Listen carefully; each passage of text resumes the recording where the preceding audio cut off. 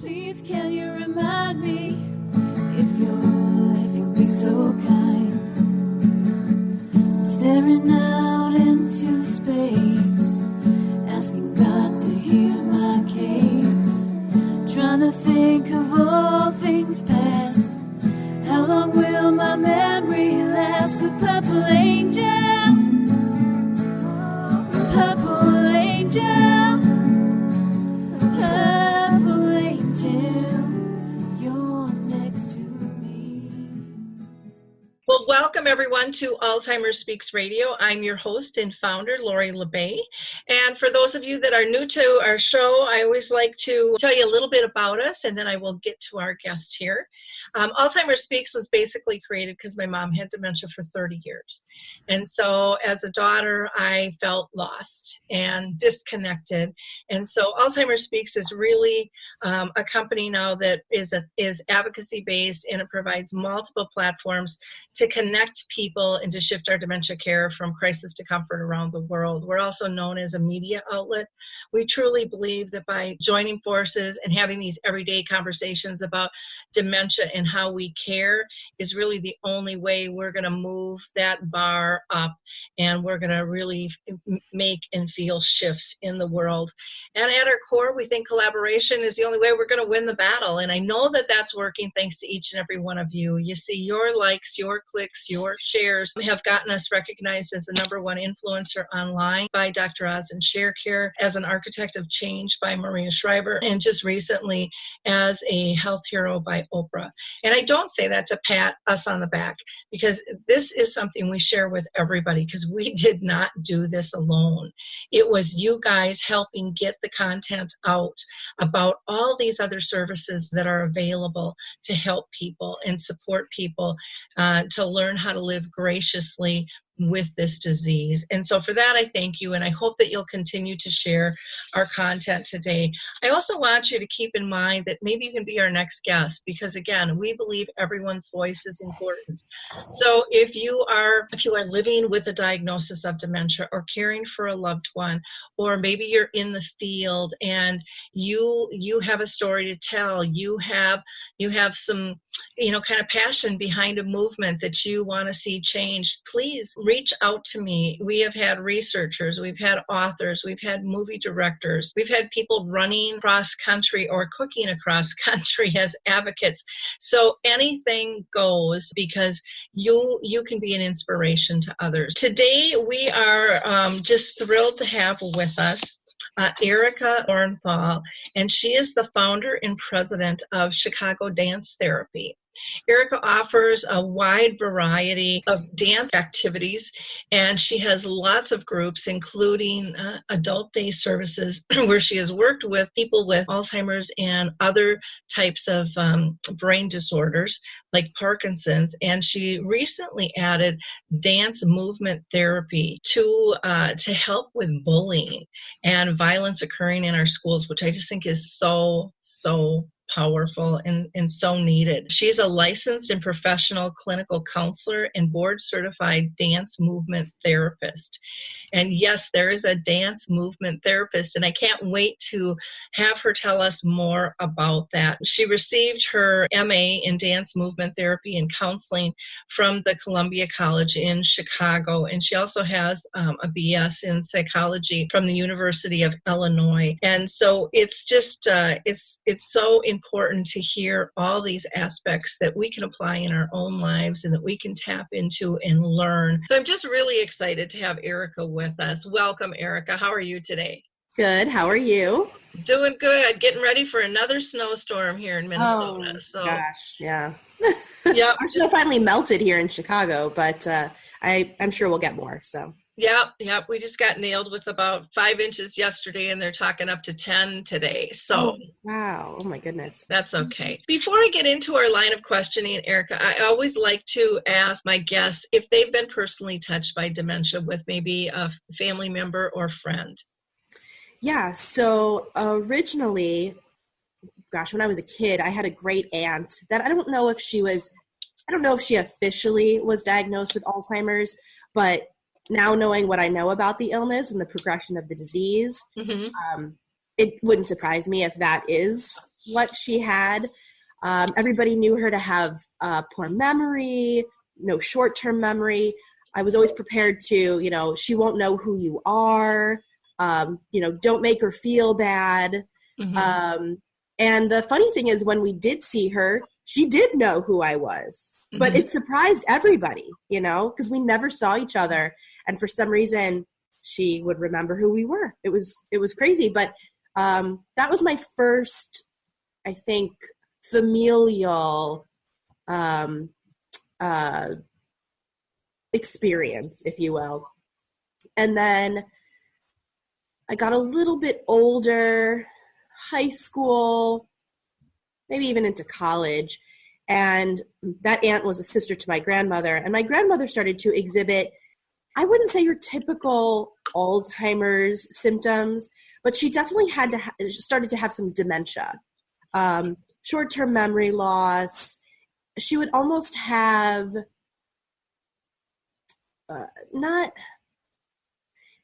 it almost seemed more like medication induced, or as if there was like some type of chemical imbalance. But again, it was never really diagnosed as Alzheimer's, but people knew that it kind of ran in the family. And, for a while, people just chalk it up, sadly, to old age and senility, which we know isn't true. And I was very close with her. So knowing that sometimes talking on the phone, she wouldn't know who I was, or she wouldn't remember that she had grandchildren, was difficult. And we didn't live very close to one another. So, she didn't always see us. When she did, it was usually a good interaction and very, very lovely. But as she got older and we saw each other less and less, there was definitely that familial connection. And then my grandmother on my other side actually has vascular dementia.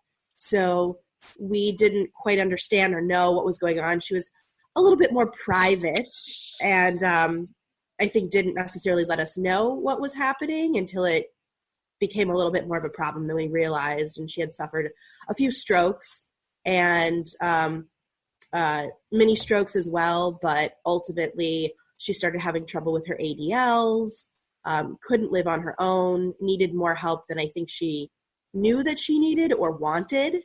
And fortunately now has a really wonderful support team and is living in an independent kind of assisted living facility. So. Wonderful. So you've definitely been touched. And, when you're talking about the connection and you didn't see each other very often, but it was still there. And, again, it goes back to that old well, and that, our memories, I think, are really tied into our emotions and our moments. And so my guess is you had some really great moments with her that made it easier.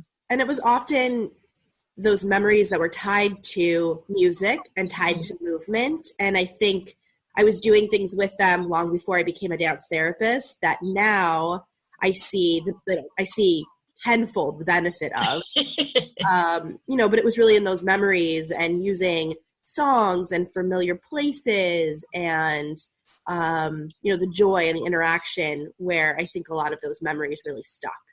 Yep. Yeah, I agree.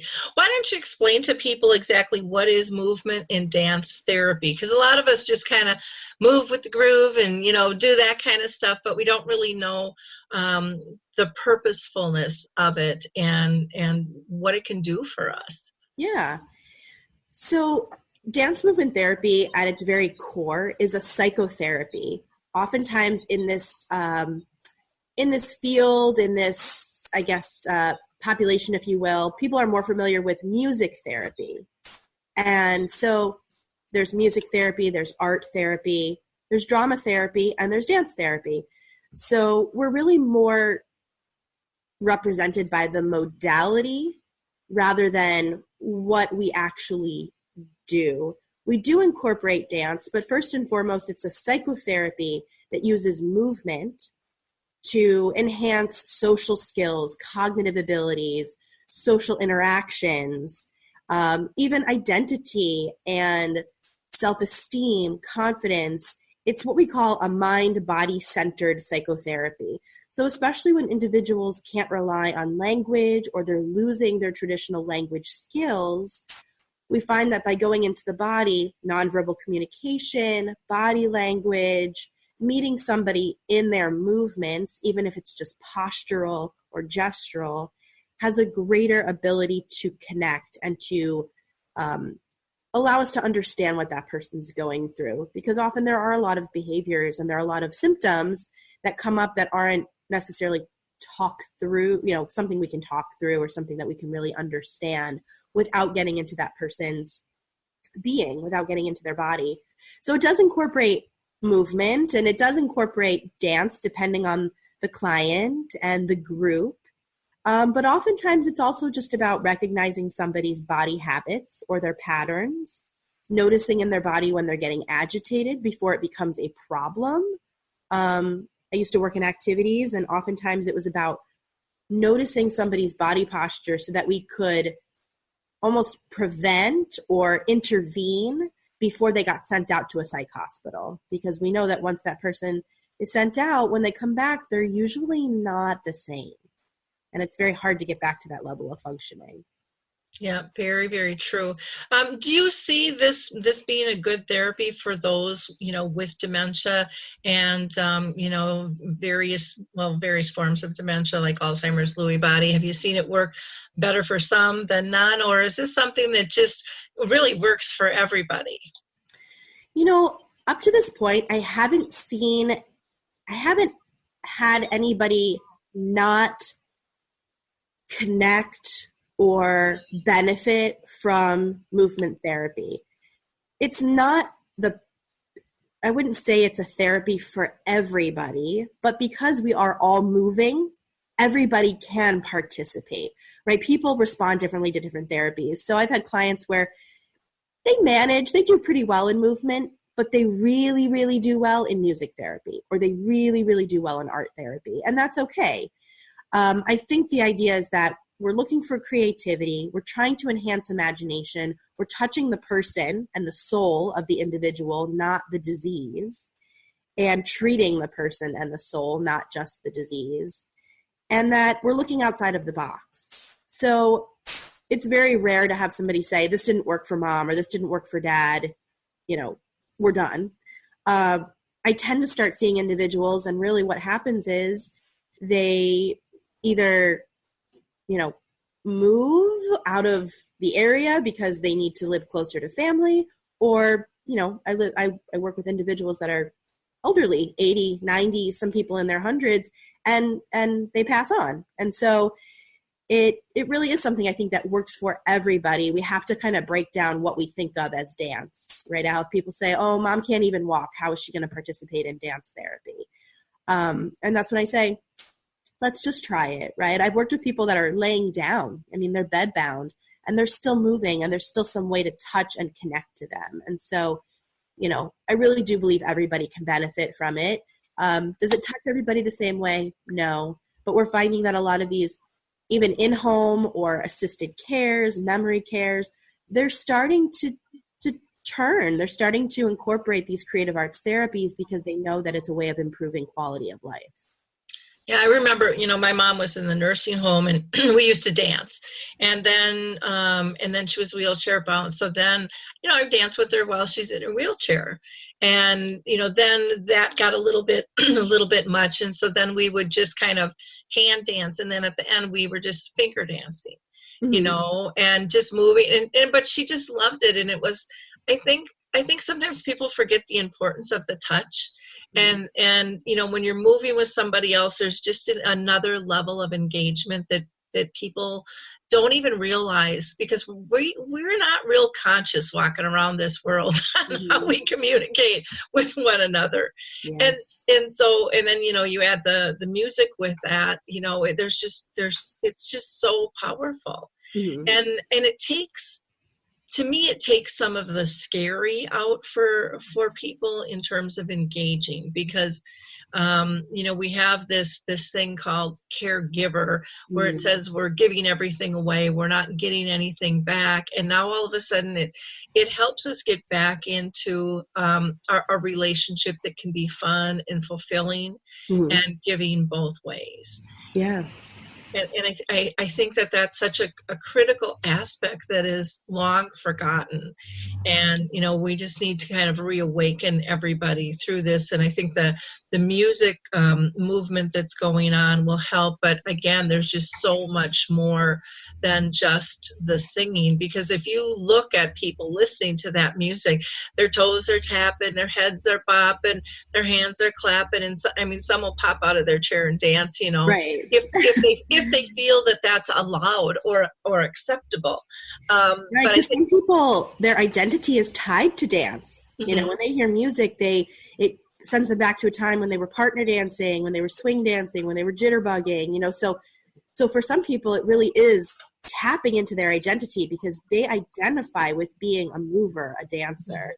But what you're saying also is just that we are always in our bodies. We're always moving. And so just another way of connecting and being present is in the body. And that can be, like you said, finger dancing, tapping our toes. There's a connection there. The soul, I think it was Mayim Bialik just said, the soul that loves music never dies. Mm-hmm. And it's so true, because you might not be 100% aware cognitively, but your soul is there. And if it connects to music or movement, it will respond. Mm-hmm. So when you do your therapy, do you always use music, in the background, or do you just guide people sometimes? It really depends. More often than not, when we do group therapy, especially if the group is moderate to severe in their diagnosis, sometimes the music is kind of what opens the door. Mm-hmm. So it might be difficult for me to say, well, I can say it. It might be difficult for people to follow along if I say, let's take a deep breath. But if I put on a song that allows for movement of breath, they do it without cueing. And so then I can say, I'm just noticing we took a beautifully deep breath. Let's try that again. Or we can use cues like, remember when you're at the doctor and he's checking your heartbeat. Let's take a nice deep breath, and just seeing the movement of people's chest, knowing that they're following the cue. Mm-hmm.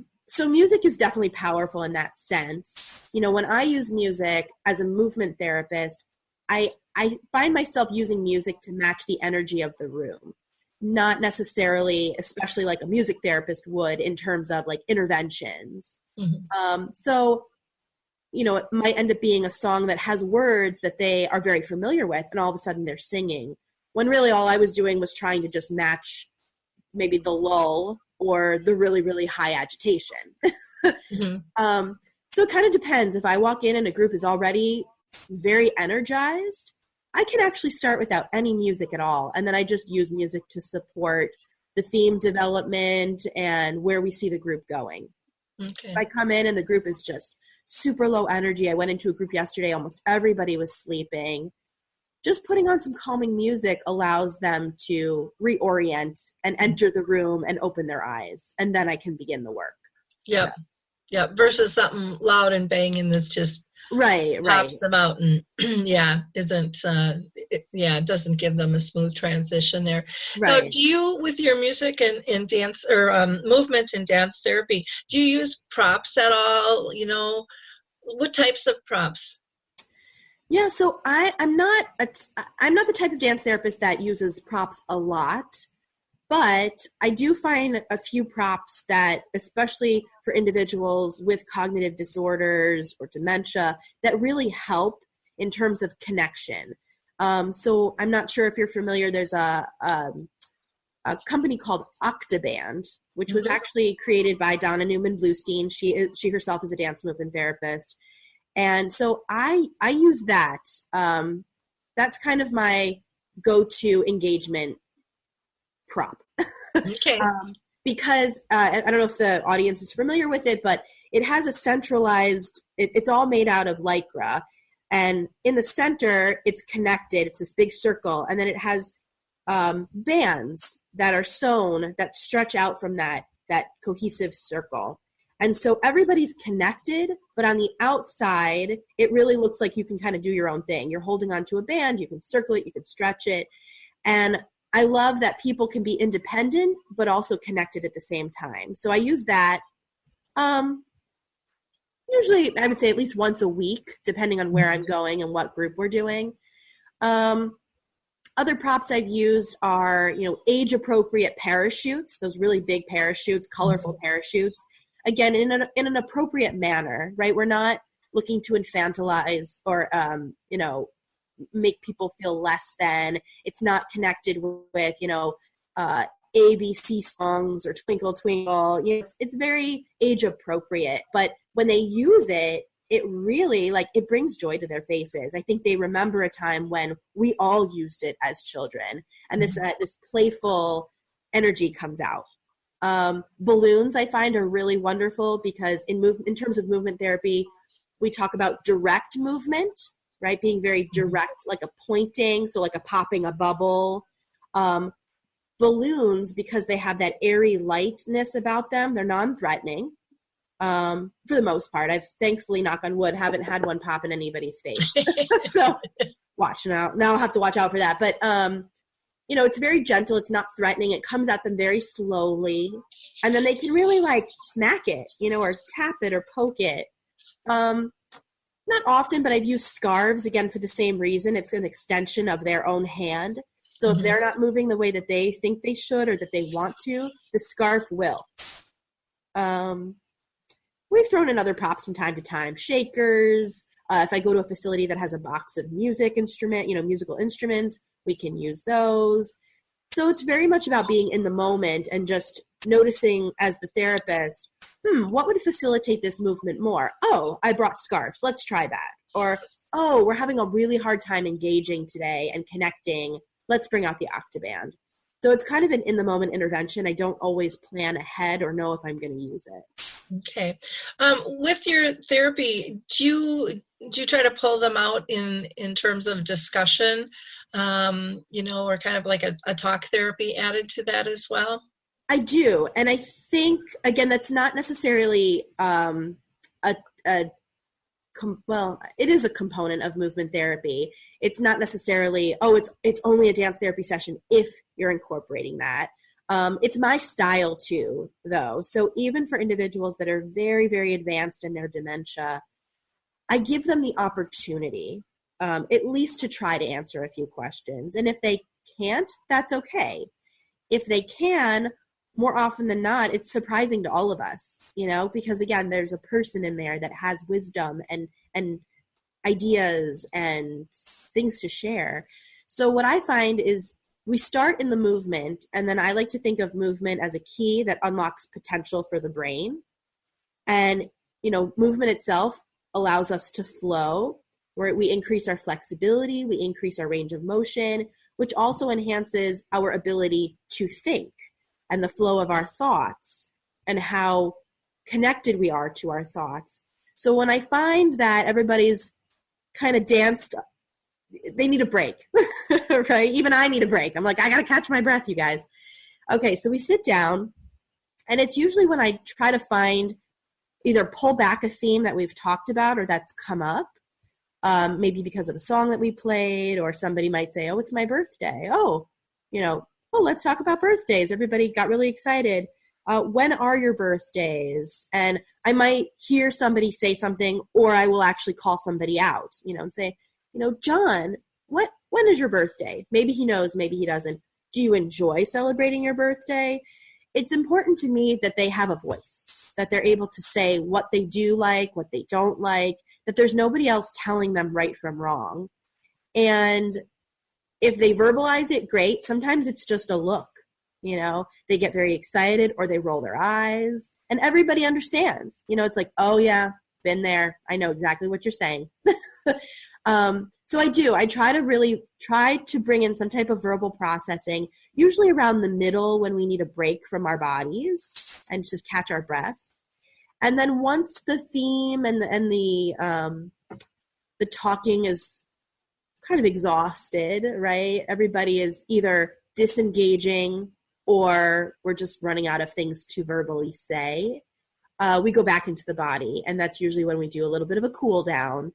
And I like to leave them in their bodies so that whatever the next thing, they're engaging in, or if they have family coming in, they're in a really good space. They're in their bodies, not in just their thoughts, which can be very anxiety provoking. Okay. Have you found that there's a better time of day, or is that really individualized depending on the client? It is really individualized. I mean, typically I tend to see morning. Morning seems to be the best. If somebody wakes up around 9 or 9:30, 10:30, 11 o'clock seems to be like optimal, especially because we tend to not be dealing with sundowning. Mm-hmm. However, there are only so many 10:30s in my week. So, if places or people are calling, I do have quite a few groups that will do after lunch, which is a hard time. But I find that if we do it enough, they get the habit down. They know movement therapy is coming. It might take a little bit more effort on my part, but it's still just as successful. I don't always like to use that word, but there's still meaning to it. And sometimes even more so, because that person wouldn't have done anything after lunch. Maybe they would have fallen asleep in their chair for an hour, and instead we were able to engage them, and then they're ready to go for the next program. Or if they're at home, they're ready to go see that doctor that they usually hate, or it's difficult to get them, into the car. But we've managed to make a little bit more of a transition time. So typically, like weekday mornings, we do some afternoons. I don't see anybody in the evenings. I don't see anybody right before dinner time. And the only time that we've found that is beneficial is if we can go into, say, like a facility where sundowning is a real issue in the milieu. And we can come in and kind of almost do like crisis intervention, kind of wander around a floor that has a lot of behaviors where maybe CNAs aren't able to get to everybody, or, they're busy setting the table. Who's going to really engage the participants or the residents?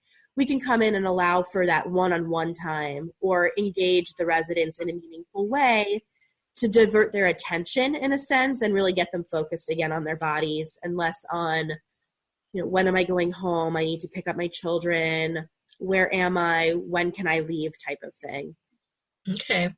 Well, that makes sense. I was going to ask in terms of if you're in a community setting, because I've seen this so many times where somebody might be doing a one-on-one, and then there's just great interest and people just kind of start gathering around. Because sometimes I know it's hard in a community to get the group together, and sometimes just starting pulls people out, and you can just kind of see them watching, and then you can invite them in, and then it's their idea to be there. Do you see that happening very often, or?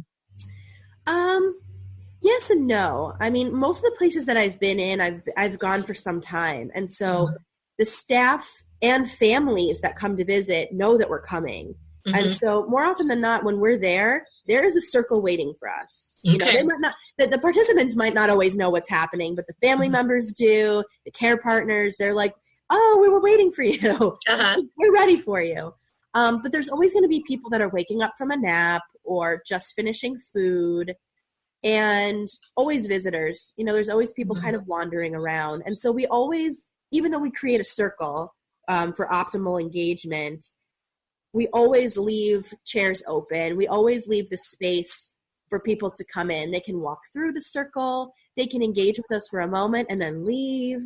But, it's hard because I always say it's an open group in a closed facility. So everybody's welcome. People can come and go as they need to. But what we find more often than not is that when people come in, they stay. Even if they're not ones to engage for 60 minutes in anything, they most likely will engage in music and movement for the entire time. And maybe then some. I'm the one that has to leave. So. Yeah. Well, yeah, it's an upbeat social thing, and just one of those things that's been in our lives all along. And a lot of times there'll be, music and stuff playing in the background, but when you have people engaged to it, specific to it, and pulling one another out, I would imagine that alleviates some of the isolation and loneliness that people can feel. Do you feel that your therapy can really help reduce that? Absolutely. So not only isolation, from the rest of the group, isolation from, family, isolation from community. no matter how long they've lived there. Some individuals acclimate very well. Some of them do, and then there's a little bit of a regression. And, then some of them never really acclimate because they're always kind of in this limbo, right? Mm-hmm. This is my home. I want to go home. And so I think that there's so many opportunities because one, they're able to connect to myself, to the therapist. Mm-hmm. They're able to find a new way to connect with their care partners that come and participate. Mm-hmm. And also to the staff. I love when staff comes in and participates with us, not just for the residents, but for themselves, because they leave with newfound energy. They get a little bit of a respite. They smile more. Everybody just feels a little bit more relaxed. And we've even had, let's say a physical therapist comes in for an appointment. That can be very difficult. They'll stay and participate for a little bit or allow their client or patient to stay for movement therapy, come back, and that person is more amenable, like is more open to going with them or walking up and down the hallway, whereas before maybe they wouldn't have wanted to. Mm-hmm. So it does. It allows for more connection. It takes them out of themselves. They start to realize that there are people around them, right? It's that awareness piece that you had mentioned at the beginning that we all need more of. Mm-hmm. And so, I think for me, number one is most often that feeling of isolation, and how can we allow people to feel more connected, not just to people around them, but to themselves too. And that's a lot of what movement therapy is. It's validating and supporting our own existence through our bodies. Yeah. Well, and plus just the physical movement in terms of, and not that you're doing, weight training or anything like that, but just that flexibility, there's the old saying, use it or lose it type deal. Yeah. Which I know I'm pushing 60 now and I can feel a difference. And I know I got to get my butt up moving more than I should because I'm sitting at my computer all the time. And then I think the other thing that I really like about movement and dance therapy too is just the element of play and fun, and that nothing is really wrong. Mm. It's no matter how you move, it's fine. Yeah. Yeah. And there's no, I always tell people, I'm like, there's no right or wrong. If you're doing it and it's in your body and it's safe and you're not harming yourself or anybody else, then do it. Right? I'm not here to tell you how to do it. I'm just here to be with you while you do it. Yeah. And it, with dementia, what I found with my mom was, she kind of taught me how to play again and to not worry about being judged. Really letting go and being in the moment. And I think to me, that's one of the biggest gifts that, dementia gives us is their filters are gone and they're not so worried about what you think anymore. Right. And that, when you can get into that space, and I think all of us need to get into that space more, life becomes easier. Life becomes more joyful. And I think that playfulness, just that silliness and being able to laugh or smile, that's huge. That just changes your chemistry in your body and in your mind, I think, of what's going on around you. And that's a very, very powerful tool that we don't tap into near as much as we should. Now, you mentioned that you work with groups, and it sounded like you do some one-on-ones, so somebody could hire you to come into their home as well. Is that correct? Or yeah. Actually, that's actually where I started. I was again working in activities in an assisted living / memory care facility in Chicago, and I had an individual reach out to me, and his mother was obese, so she was mobile, but it was hard for her to get places. And originally, her church was across the street, but unfortunately, the congregation did not approve of her behaviors. She would sing all the time and dance in the pews, and it was distracting for a lot of the congregants. And so he said, could you recreate that for her in our living room? Could you bring the church to her? Even though we're completely different religions. And, it was nothing about religion. It was about recreating a movement and a songful experience, and bringing whatever God was into her living room for her. And so that's kind of how it started. I was like, oh, maybe I could do in-home therapy. Sure. At a time when people weren't doing in-home therapy.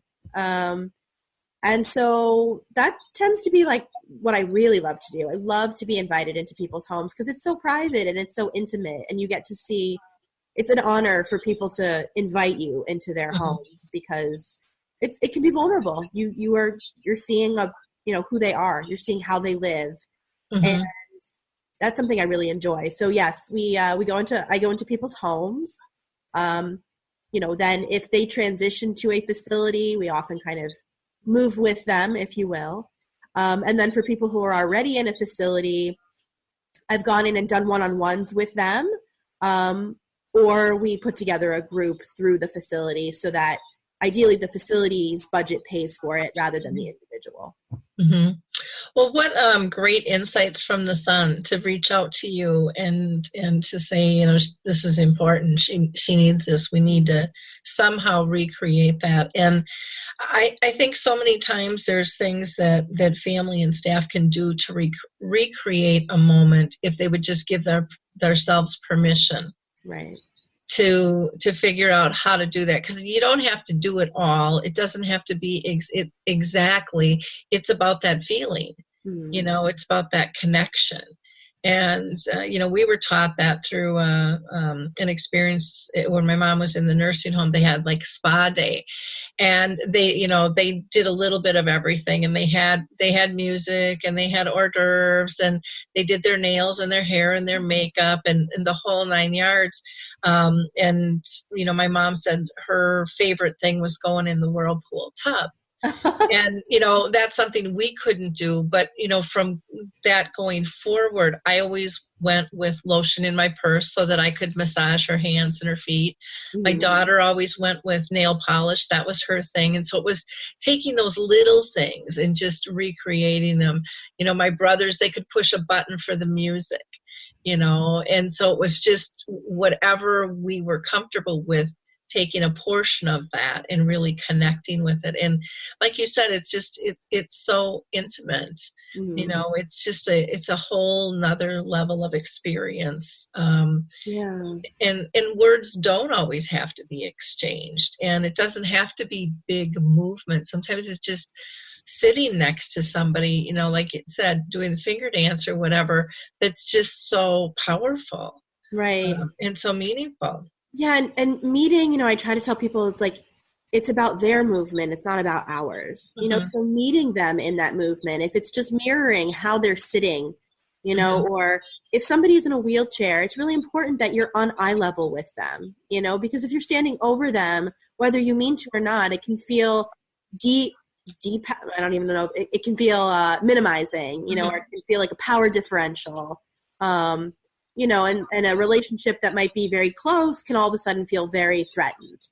So we really have to be aware of how we are presenting our bodies in front of them, and also just being more attuned and attentive to what their bodies are showing us. If they look very agitated and you're trying to, enforce a very calming environment, that might to us look like we're trying to do the best we can, but sometimes it's better to actually meet them in that discomfort and in that agitation, which is, as therapists, kind of our bread and butter, because they just want to be validated and supported in what they're feeling, not made to feel like they have to minimize it or that it doesn't matter. Yeah. And it's not always about fixing it. Right. It's about acknowledging. Exactly. Because feelings are just, they're waves of emotion that are constantly changing within us. But we can't, and I'm no therapist, but my belief is you can't get to the other side of that feeling if you don't acknowledge it yourself, right. And if you don't feel it. Yeah, that's number one. You have to acknowledge it. Yeah.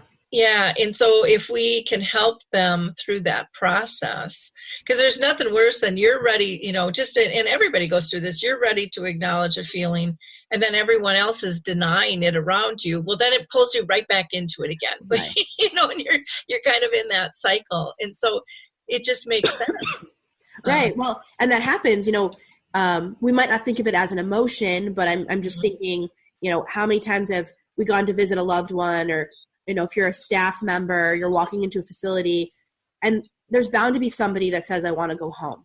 I want to go home.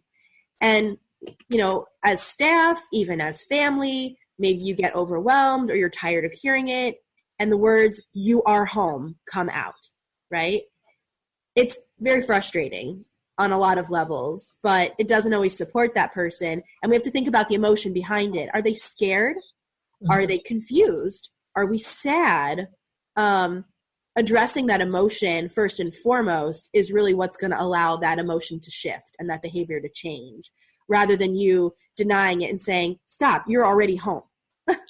Yeah. I mean, thinking, I'm not in that position, but just thinking about how that would feel, especially on a body level, would, feel very minimizing and probably hurtful. So like you said, really acknowledging the emotions, even behind some of the quote behaviors that we see, is really important, so that we can be on, an understanding, more compassionate level with the people that we care for. Yeah. And if we look at those kind of behaviors as really triggers or signals for us to dig deeper to what I call consciously care, go another level. Yeah. Because this is the surface and there's a lot more going on down here. And that's where our connections become so powerful. And, I think it's at that level where souls are really filled, and you get this graciousness, and there's just this honoring one another. And we all want to feel honored and accepted and purposeful and belong. And a person with dementia is absolutely no different. And the lessons I think that they teach us are applicable to all of life if we choose to apply them. I completely agree. I think there's also this, oftentimes it's difficult because we, as either the care partners or family members, we have to really change the connection and the relationship that we've known perhaps all of our lives, right? It's really hard to let go of the person you knew they were.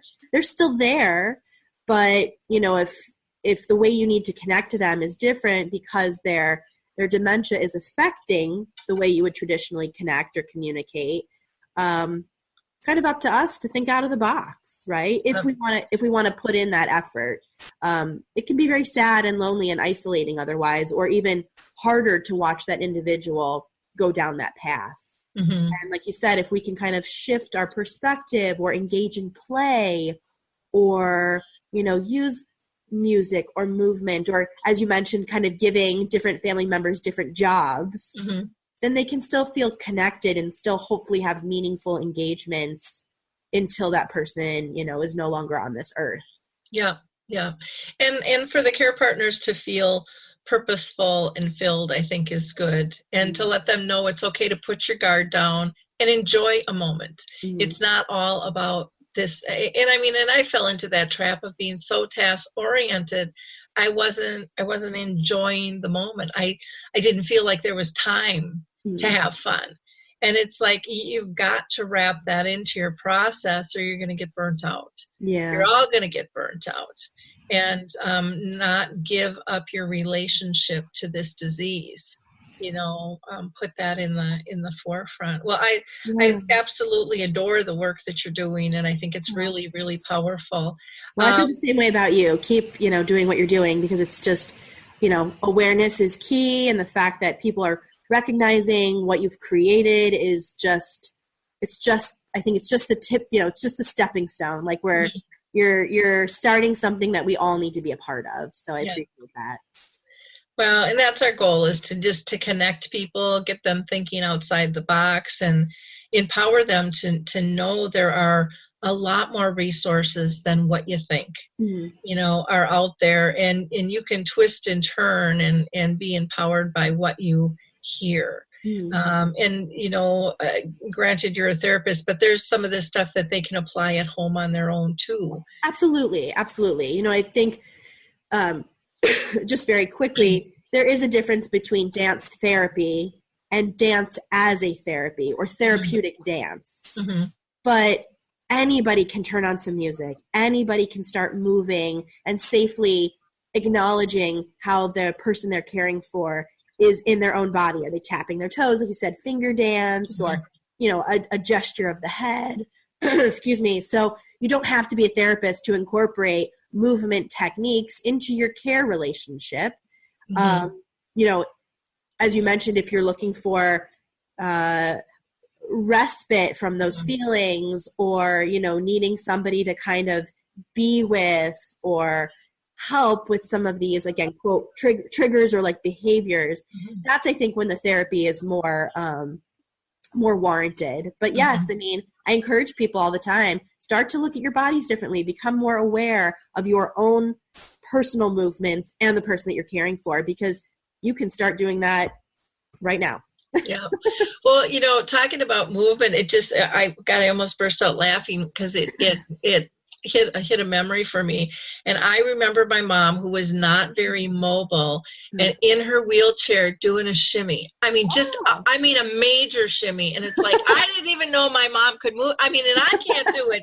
And it was just like, and then, you know, then she was doing it more often, and everybody just broke up because it was, I mean, she was doing it really, really good. And it was like, where the heck did that come from? I've never in my life seen her do that. Right. You know, and, but, you know, she was there, and in the moment it was fun, and she, you know, no, she wasn't having a seizure. You know, she was right. doing a shimmy. She intentionally meant to do that. Yeah. Oh yeah. And it was perfect. It was perfect, but it was like, what a great memory. And that'll never leave me, you know, that'll just never leave me. So I think the movement and the dance, and music, all of that, has such an ability to create such great joy and such simple pleasures. Yeah. And it's it's another way of understanding somebody. You know, I think we've all had moments where you're introduced to somebody, or, you know, you come across somebody, and based off of their movements, you can almost tell what kind of person they are, right? What kind of job they might do, or, you know, personality-wise, how rigid or how flexible they might be in their thinking. And it's not all that different with our residents and our clients. You know, I don't get to see charts on everyone. I don't know people's backgrounds. But when I meet certain people, I can tell he was a businessman in his life, wasn't he? Or did he own a law firm? Or, oh, this person might have been, you know, a homemaker, or, you know, really took pride in raising their family. Like, you can tell in their movements, again, their personality and a lot of their life experience. And so just like maybe with your mom's shimmy, we start to recognize people in the different facilities by the way they move. And it's almost like, instead of saying your name, the introduction becomes their movement. You know, oh, where's so-and-so? I'm so enjoying seeing her moving her head today. Or we have some ladies that we could be moving our feet, but they're always moving their shoulders in this, like, you know, I'm present. Yeah. Well, and then the facial expressions that go with all that, you know, and you can just, you can just see it. You can just, you can see that personality without a word being said. Exactly. Yeah. Another great way to communicate. Erica, do you want to let people know what the best way is to get a hold of you? Sure. So they can go to our website. It's chicagodancetherapy.com. I love to answer emails, questions. People can reach out. I'm pretty good about getting back to people within a day or two. So they can always email me at Erica, ERICA, at chicagodancetherapy.com. And we're on all the social medias, so Facebook and Twitter and Instagram. So if people just want to follow what we're doing, or just want to be a little bit more present to what we're doing in the community, you can follow us along there. Wonderful. And then is there a phone number, or do you prefer email contact? Yeah, no, people can contact us through phone. It's 847-848-0697. Okay, well, wonderful. Well, thank you so much for your time today. Really appreciate it. And again, to our audience, why don't you go to Erica's website and Facebook page and go ahead and follow her and like her and share that information, with your spheres. And we hope you do that as well with Alzheimer's Speaks. Thanks so much for joining us today. Till next time. Bye now. It's time to rethink, renew, and reimagine retirement. Hey everybody, Jared Sylvester here, host of Retire Repurposed. Now this podcast is about the non-financial parts of retirement, which many times can be even more challenging than the financial. We believe retirement is not the end, rather the beginning of what could be the most impactful, purposeful, and fulfilling season of a person's life. So don't retire, become repurposed. To listen now, search Retire Repurposed on your favorite podcast platform, Senior Resource, or Life Audio.